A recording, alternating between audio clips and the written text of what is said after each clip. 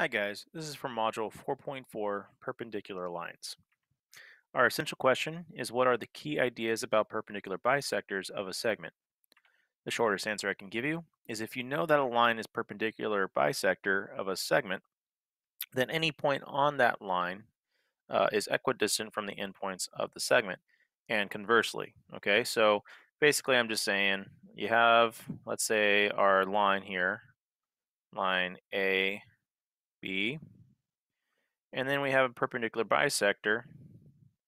We'll call this line L, and we have a point on line L. Okay, basically they're just saying if this is a perpendicular bisector, therefore 90-degree angle, right? It's got to cut across at 90 degrees. Then basically the distance from A to P is going to be the same as B to P. Okay, and that's what they mean by equidistant. Equidistant means equal distance. All right, and conversely, all right. So sometimes they'll say, oh, it's a perpendicular bisector. Oh, well, therefore this point is on the line, therefore it's got to be equidistant. And then the converse would be, well, if point P is equidistant to A and B, then it's on the line that is perpendicular. Okay, so it's just basically reversing the statement. If P, then Q, or Q, then P. So they just flip it. Okay, so remember that's the converse idea. So if P, then Q, and then the converse is, well, if Q, then P. So that's just a little flashback. All right, so constructing a perpendicular bisector. So you're going to need two things. You're going to need a compass, definitely a protractor. Okay, so grab a compass. All right, and if you need one, let me know. And basically what we're going to do is you're going to draw me a line segment. Well, line segment AB. Okay, you're going to draw that. And then with your compass, what I want you to do is you're going to put the pointy end on point A.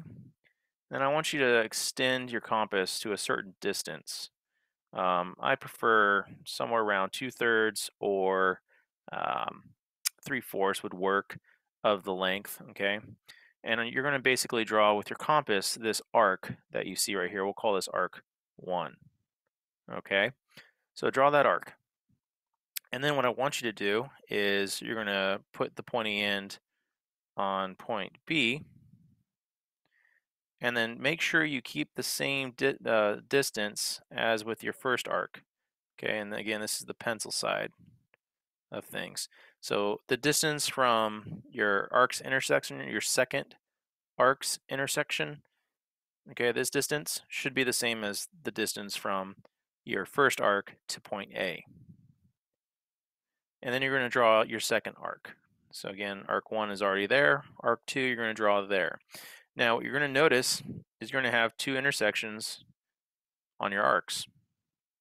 If you draw this correctly and you draw your line here cutting across, or intersecting through those intersections of your arc 1 and arc 2, you should have successfully drawn a perpendicular bisector. Now measure with your protractor and you should get 90 degrees right there at that angle. If not, you might have messed up. Okay, so try it and then show me your method. If you're off, let me know. Let's see what you did. Okay, and it's very precision based. But go ahead, use the compass, follow step A, B, and C. All right, so if you did this correctly, what I want you to do is I want you to draw another point again, and just some random line L. Okay, what I want you to do is with your protractor, or I'm sorry, your compass, I want you to go and draw an arc where you get two intersections with one arc. Okay, basically this is the converse statement of perpendicular lines and equidistance. Okay, so basically you're going to get those two intersections, and those are going to be your 2 points. We'll call them point A, point B. Now what you're going to realize is if you do this, you're going to actually have the same distance, and make sure your compass doesn't get adjusted when you draw your arc. Make sure it stays the same distance, and you should have an equidistant point, which is point P. It doesn't really matter how far out you are from the line or how close you are, just make sure you kind of see it. But basically, you're using the converse. If point P is equidistant from point A and B, then the line that it's on, if you draw a line, should be perpendicular. So you can always double check, and voila, you should get also 90 degrees if you do this correctly. So follow steps A through C, just like you did over here, okay? And then what you're going to realize is, in the end, these guys should be equidistant. They should be congruent to each other. And measure that with a protractor, just to double check your work. All right, proving the perpendicular bisector theorem using reflections. So again, we have the perpendicular bisector theorem. If a point is on the perpendicular bisector of a segment, then it's equidistant from the endpoints of the segment. Now conversely, okay, remember, so if P, then Q, and then now the converse is saying, well, if a point is equidistant, then from the endpoints of the segment, then it lies on the perpendicular bisector. So it's just saying the same thing, just it's reversed. The logic is reversed. Okay, so basically they're just saying you have a line here, and if this guy is, if line L is perpendicular to, let's say, line AB, okay, and this is the perpendicular bisector theorem, then any point on that perpendicular bisector will be equidistant. Okay, so they go ahead and give us that it's perpendicular bisector, then it's equidistant. Now the converse is just saying, well, if you have a point P that happens to be equidistant on 2 points on a line, so it's basically saying, well, this is already equidistant, then it's 90 degrees. It's a perpendicular bisector. So it's just reverse statement. All right, proving perpendicular bisector theorem using reflections. So we've already discovered reflections in transformational geometry. They go ahead and give us that P is on the perpendicular bisector of line M of AB. Okay. And then we have to prove that the distance from PA is going to be the same as PB. Okay, they are congruent. All right, so consider the reflection across line M. All right, line M. So if you notice, if we reflect A across line M, you're going to realize that it's going to land and map onto point B. So if that happens, we know that distance has to be preserved, right? Because reflections preserve distance. It's rigid motion.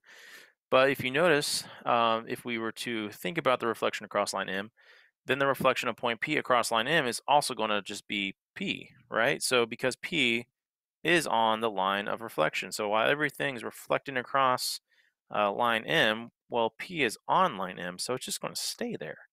Okay, so yeah, it's not going anywhere. It's just going to be like, oh, hey, everybody's reflecting across that line. That's cool, but I'm on the line, so I'm just kind of stuck here. Dang it, you know? It's basically what point P is doing. Now, let's see, point B lines on line M, or line of reflection. Okay, so again, P is not going anywhere. P just becomes P prime, really, right? So that's just one thing, another thing to think about if we use the whole apostrophe type deal or prime notation. All right, so also the reflection of blank across line M is B. So the reflection of point A across line M it becomes B. All right, so you reflect across, this guy jumps over there. Now that is the definition of a reflection. Okay, so remember, reflection has equal distance across from the line of reflection. Therefore, PA equals PB because reflections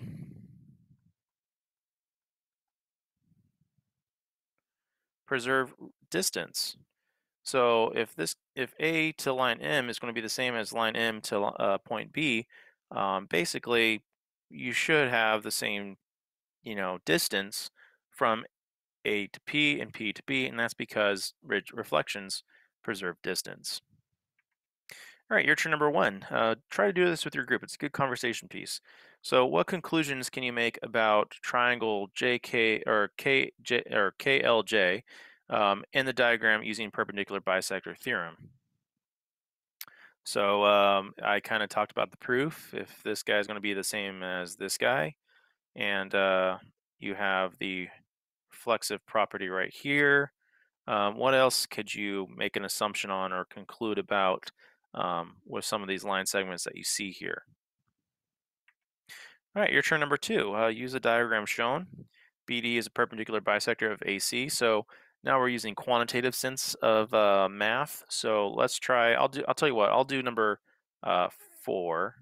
Okay, and then you do number 5. Okay. So number 4, if we consider ED being 16 centimeters, okay, and they give us that here. And DA is 20. All right. Find DC. Well, if AD is 20, what do we know about DC? It should be 20, right? And that was the last conversation we had for the first year turn and for the proof. So DC should also be 20 centimeters. All right, so go ahead and try number 5. Also, just know what they give you. Okay, that's a biggie. That's a biggie. All right, your turn number 3. AD is 10 inches long. BD is 6 inches long. Find the length of AC. Okay, so remember AD is 10 inches, BD is 6. But now they're asking you to find AC, which is this guy to this guy. All right, so that's interesting. You need to know something. What is it that you need to know? Well, we have right triangles. Okay, we have right triangles. How do we find the missing side of a right triangle? And here's my hint.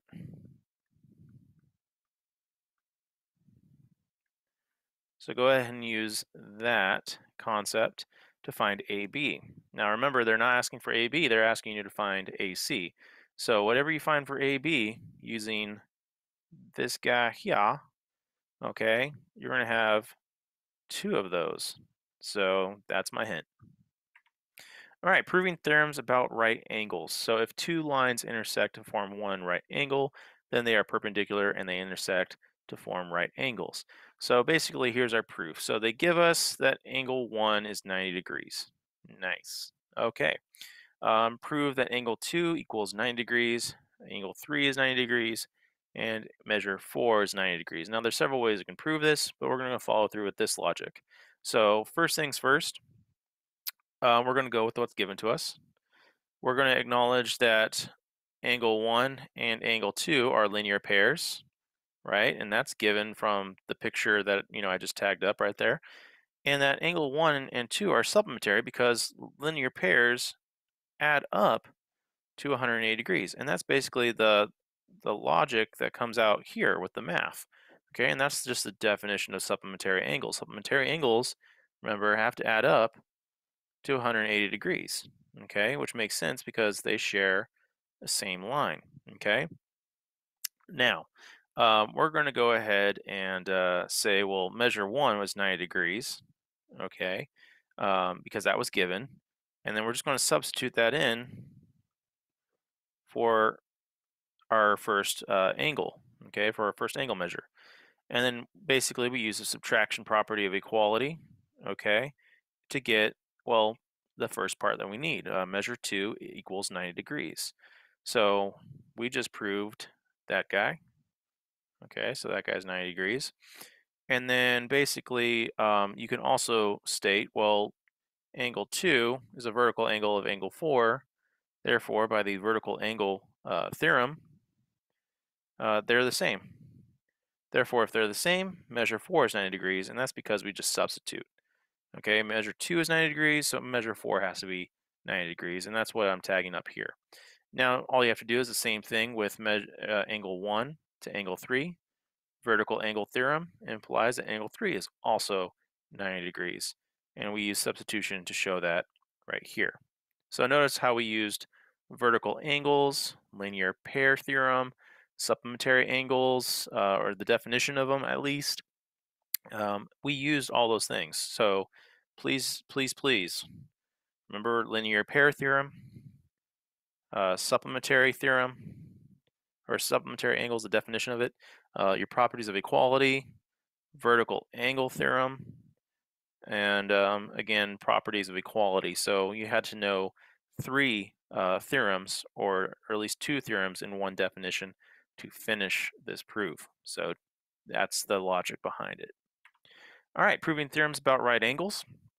So basically they tell us that given measurement 1 or angle 1 equals measurement 2. And we're proving that line L is perpendicular to line M. This means perpendicular, by the way, okay, if you ever see that. Now, by the diagram, angle 1 and angle 2 form a linear pair, so they're supplementary. So by the definition, or actually not the definition, silly me, linear pair theorem, right? Linear pairs are supplementary angles. So this is the linear pair theorem. Okay, so by the definition of supplementary angles, angle 1 and 2 should add up to 180 degrees. It is also given that measure 1 equals measure 2, or angle 2. So basically, all you have to say is, well, if we took two measures of angle 1 plus itself, it should equal 180. And that's by substitution. Property of equalities, right? Properties of equalities. Some people do that. It's fine. Which basically says, you know, you have 2 times the measure of angle 1 should equal 180. So measure 1 should equal 90. And that's the division property. They just divided both sides by 2, okay, to get there. Therefore, angle 1 has a right angle. And because it's a right angle, line L is perpendicular to line M. And that's because of the definition of perpendicular lines. They cut across each other at always 90 degrees. Okay, so that's something to notice. All right, your turn number 4. So they tell us that B and D are parallel and C and E are parallel. Angle 1 is 50 degrees. This is a really good one. And measure 5 is 90 degrees. Right here. Oh, that's a 90-degree angle. Okay, that's something to note. Use the diagram to find measure 4. So you're going to be looking for this guy. So remember alternate interior angles. Remember corresponding angles. Remember vertical angles. Supplementary angles. Same side angles. So really, really remember those postulates, okay? Because they're going to help you figure out what measurement 4 is going to be, all right? So yeah, try to work through the puzzle and use whatever you can, whatever resources and postulates and theorems you can to solve for that measurement for angle 4. All right, guys, have a great day, and if you have any questions, let me know.